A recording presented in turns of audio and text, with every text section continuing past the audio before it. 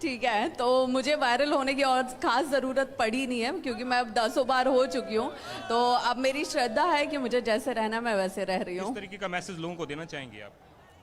लोगों को एक बहुत ही खूबसूरत चीज़ जो मुझे देखने को मिल रही है कि अब जो हमारी पीढ़ी है, अब जो युवा हैं देश के, वो बहुत ज़्यादा जागरूक हो रहे हैं धर्म के लिए और अपनी संस्कृति के लिए। तो ये बहुत अच्छी बात है और मैं चाहती हूँ कि जो युवा अभी भी भटके हुए हैं वो भी धर्म से जुड़ें, अपनी संस्कृति को जानें और जो माता पिता उन्हें सही संस्कृति के बारे में नहीं बता पा रहे वो अपने बच्चों को सही शिक्षा कोई दें। मंत्र सुनाएंगे किसी को? चलिए ठीक है, तो शाही स्नान के लिए निकली है टीम, सब लोग हैं और यहाँ पे अलग अलग जो लोग हैं, अलग अलग गुरु हैं, अलग अलग लोग हैं, बिल्कुल अलग अलग तस्वीरें, अलग अलग भाव यहाँ पर हमें चेतन के साथ दिख रहे हैं। कुमार, जैसा कि आप बता भी रहे थे, प्रीति के पास चलते, प्रीति रघुनंदन भी हमारे साथ जुड़े। प्रीति, हम देख रहे हैं किस तरह से लोग सम्मिलित हो रहे हैं और इसको अपनी दृष्टि से परिभाषित भी कर रहे हैं। फिलहाल क्या तस्वीरें आप देख पा रही हैं प्रीति? देखिए, मेरा ये मानना है रवि, इस महाकुंभ में जो सबसे खूबसूरत बात मैं देख रही हूँ, चाहे वेश धारण करके, चाहे कोई हठ योग करके, चाहे संगम में डुबकी लगा के, बस मकसद एक है कि यहाँ प्रयागराज कुंभ में पहुँचना है, अपनी मौजूदगी दर्ज कराना है। हो सकता है कि कुछ लोगों का मकसद ये हो कि उन्हें पब्लिसिटी चाहिए, लेकिन अल्टीमेटली आखिरकार तो उन्हें वहीं आना पड़ रहा है जहाँ से हमारी सनातन संस्कृति आरंभ होती है। तो मकसद जो भी हो, लेकिन जो इस वक्त तरीका अपनाया जा रहा है वो इतना ज़्यादा भाव विभोर कर देने वाला है। आस्था की डुबकी के लिए लोग किस तरह से अलग अलग तरीके से चाहते हैं कि बस एक बार उन्हें ये अवसर मिल जाए कि संगम के तट पर वो संगम में स्नान कर ले, और इस इच्छा को पूर्ण करने के लिए देश से नहीं दुनिया से लोग आए हैं। और मैं यहाँ बहुत सारे फॉरेनर से भी मिली, विदेशी महिलाओं से मिली, उनसे बात करते हुए ऐसा लग ही नहीं रहा था कि वो भारतीय नहीं है, वो इतना जुड़ा हुआ महसूस कर रही हैं। जब मैंने उनसे पूछा कि आपके पीछे जो नदी बह रही है वो कौन सी है, तो उन्होंने कहा गंगा। तो मतलब अपने एक्सेंट में बोल रही है, लेकिन उनके मुंह से बोलते हुए जो शब्द हैं वो उसमें इतना अपनत्व है कि कहा ही नहीं जा सकता कि वो हमारे देश से कभी जुड़ी हुई नहीं रही। और ऐसे एक दो नहीं बल्कि सैकड़ों हजारों महिलाएं, पुरुष ऐसे हैं जो आज की तारीख में महाकुंभ में मौजूद हैं और आने वाले 45 दिन तक इस कुंभ को शोभायमान करेंगे।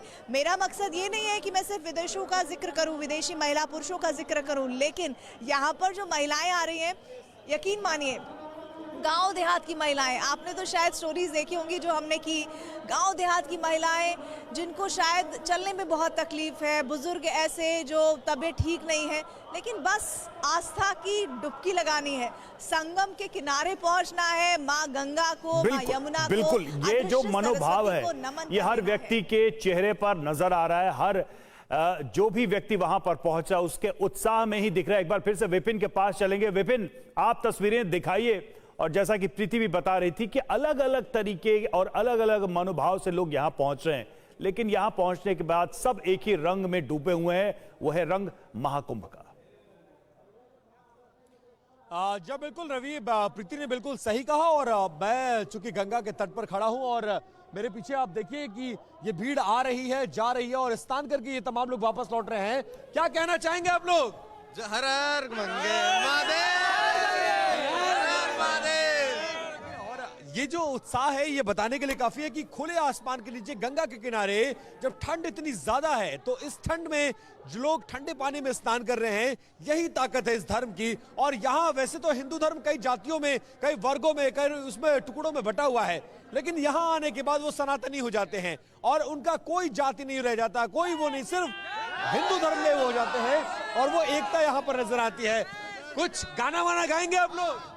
हर महादेव, हर महादेव गाएंगे। राम, जय श्री राम, जय श्री राम, जय श्री राम, जय श्री राम। कहाँ से आए हैं आप लोग? ओडिशा, ओडिशा, पूर्णिया, बिहार से। ओडिशा, ओडिशा। पीएम लोगों से इंतजाम है ये बताइए। श्री कृष्ण गोविंद हरे मुरारे, हे नाथ नारायण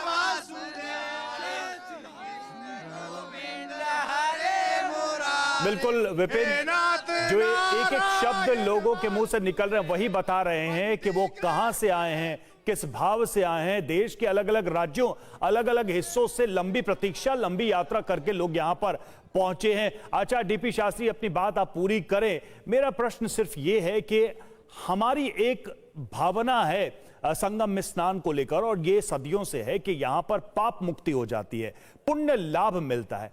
ये पाप पुण्य का चक्र क्या है? तब जबकि चाहे वो बौद्ध मत हो, हिंदू मत हो, इसमें यह बोला गया है कि जीवन में दुख है और कर्म का ये जो चक्र जब तक है तब तक दुख है। तो भला संगम में स्नान से इन दुखों से, इन पापों से मुक्त हो जाने की परंपरा क्या है, कथा क्या है, मान्यता क्या है? देखिए, दो चीज इसमें हम बताना चाहते हैं। दैहिक, दैविक, भौतिक तापा, तीन तरह के ताप हमारे जीवन में हैं। जो हम भगवती के या गंगा के स्नान तट पे जाते हैं, त्रिवेणी जो है ना, भगवान विष्णु भी हैं, ब्रह्मा भी हैं और शिव भी हैं। इस तरह मैं बता दूं, गंगा भगवान शिव के रूप में है, जमुना के रूप में भगवान विष्णु हैं, और सरस्वती जो है ना ब्रह्मा जी के रूप में है। वो महासंगम त्रिवेणी ब्रह्म विष्णु रुद्र के रूप में, गंगा जमुना सरस्वती के रूप में प्रयागराज में जो हम लोग दर्शन कर रहे हैं, स्नान कर रहे हैं। दो स्नान है। क्या क्या स्नान है? एक हमारी मन के अंदर की जो गति है, हमारे मन के अंदर वो आप भगवान ज्ञानी ध्यानी जिस पे कृपा हो जाती है भगवान की, नारायण की, उस स्थान को ना भी करे ना, तो अपने घर में भी गंगा को अपना कर सकते हैं बुला करके। ये हम सब में नहीं हो सकता है, इसीलिए हम सब कोशिश करके सबसे पहले नियम को पालन करते हैं, जाते हैं वहाँ भगवान के भजन कीर्तन करते हैं, स्नान करते हैं। कभी तो कृपा भगवान हम के ऊपर कर देंगे। हरि जब कृपा करेंगे तो उनका पद भी मिलेगा, पंथ भी मिलेगा, भक्ति भी मिलेगी, ज्ञान भी होगा, फिर वैराग्य होगा, फिर हम भगवान को पाएंगे। ये जितना मेला देख रहे हैं, जो संप्रदाय का मेला है, हम जितने लोग जुड़े हुए हैं इसमें, सब कोई ना कोई इष्ट के साधना किया हुआ है, और ये 12 वर्ष इंतजार करते हैं कि कब महाकुंभ लगेगा, और कुंभ में जा करके हम अपने बुद्धि के, शक्ति के, स्थान के, ज्ञान के हम देंगे। किसको देंगे? सनातन को, हम भारतवासियों को। अब देखिए, रसिया का जितना जनसंख्या नहीं है, यूएसए के जितना जनसंख्या नहीं है, उससे ज्यादा लोग कुंभ में स्नान करने आ रहे हैं। बिल्कुल। पाकिस्तान की जो संख्या नहीं है, उससे ज्यादा लोग नहाने आ रहे हैं। बिल्कुल, पूरी दुनिया। क्यों आ रहा है? उसका एक कारण है, उनको विश्वास है, श्रद्धा है कि माँ गंगा के पावन तट पे बिल्कुल पूरी दुनिया तो हमारी कामना इस महासमागम को देखकर हैरत है, हैरान है, आश्चर्यचकित है। इस पर हम प्रोफेसर उपाध्याय का भी विचार लेंगे। प्रोफेसर उपाध्याय, जो सवाल मैंने किया, आप इसको कैसे देखते हैं? ये पाप मुक्ति पुण्य लाभ की मान्यता क्या है? और भला एक संगम में स्नान से किसी को, किसी भी व्यक्ति को अपने कर्मों के चक्र से मिले पाप से मुक्ति कैसे मिल सकती है? क्या कथा है, क्या मान्यता है? देखिए, प्रयागाख्यम महातीर्थम भवरोगस्य भेषजम कहा है। असल में कुंभ का जब आविष्कार हुआ तो वहां क्या लिखते हैं? वहां लिखते, देव दानव संवादे मध्यमाने महोदधौ उत्पन्नोसि तदा कुंभ विष्णुना विधृता स्वयं।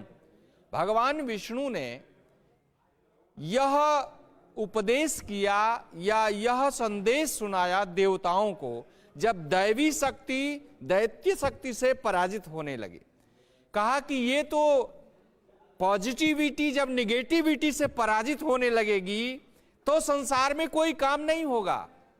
पुण्य जब पाप से भारी पड़ जाएगा, जब पाप पुण्य से भारी पड़ जाएगा, तब तो विपरीत क्रिया हो जाएगी।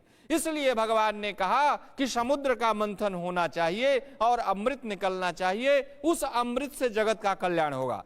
इसलिए जो पाप पुण्य की अवधारणा है, पॉजिटिविटी निगेटिविटी की अवधारणा है, और निगेटिविटी से आप आगे नहीं बढ़ सकते, आपको पॉजिटिविटी लेके चलनी पड़ेगी। यहां पर क्या देखा जा रहा है? यहां पर त्रिवेणी, तीनों नदियों का संगम है, और यहां पर जो पर्यावरण है वह पर्यावरण नदियों के तट पर किस प्रकार विकसित होता है, क्योंकि निपानाद उद्धृतम तोयम, तो वहां पर कहते हैं कि कौन सा जल श्रेष्ठ है? सबसे श्रेष्ठ नदियों के, और नदियों के बाद तीर्थों के जल को माना है, तीर्थों के बाद गंगा के जल को माना है। तो कहा जल को आप शुद्ध और पवित्र रखिए, क्योंकि आपोस्मान मातरः, आप क्या है? आप माने होता है जल, ये वेद का मंत्र है। तो कहता है जल को शुद्ध रखिए, क्योंकि जल क्या है? हमारी माता है। माता को भाष्यकार व्याख्या में करते हैं कि मातरः निर्मात्रः, अर्थात निर्माण करने वाला। तो ये जल जल नहीं है, यह निर्माणक है, हमारा निर्माण करने वाला है। तो इसीलिए भगवान ने कहा कि कुंभ के लिए जो है और अमृत मंथन के समुद्र मंथन करना पड़ेगा। भगवान ने वहां पर अवतार लिया है, वो अजित अवतार है। क्योंकि जब मंदराचल पर्वत को देवता और दानव दोनों उठाकर क्षीर सागर में लाना चाहते थे, तो मंदराचल पर्वत इतना भारी था कि उठ ही नहीं रहा था। अंत में दोनों ने हाथ जोड़ लिया, प्रभु ये काम नहीं होगा। भगवान ने कहा ठीक है, जहां पर व्यक्ति असमर्थ हो जाता है वहां पर भगवान उसकी सहायता करते हैं। भगवान ने एक अवतार धारण किया, अजित अवतार। ठीक है, देखिए, और उसके बाद मंदराचल पर्वत को गरुड़ पर समय की थोड़ी हमारे पास कमी है, मैं क्षमा चाहूंगा, समय की कमी है हमारे पास। लेकिन इतना जरूर है कि हमारे मान्यताओं में, कथाओं में जो कुछ भी है, जब वो धरती पर उतरता है तो वो महाकुंभ जैसा ही दृश्य पैदा करता है, जो पूरा संसार आज देख रहा है। आप सबका बहुत बहुत धन्यवाद इस चर्चा में सम्मिलित होने के लिए। और आगे हम बढ़ें उसके पहले जो इस वक्त की हेडलाइंस है उस पर अभी हम नजर डालेंगे। सुर्खियां प्रेजेंटेड बाय पेट सफा आयुर्वेदिक चूरन, पेट सफा तो हर रोग दफा। Associate sponsor kidney fail, liver fail, hymns hospital 7829478294 रोजलैश।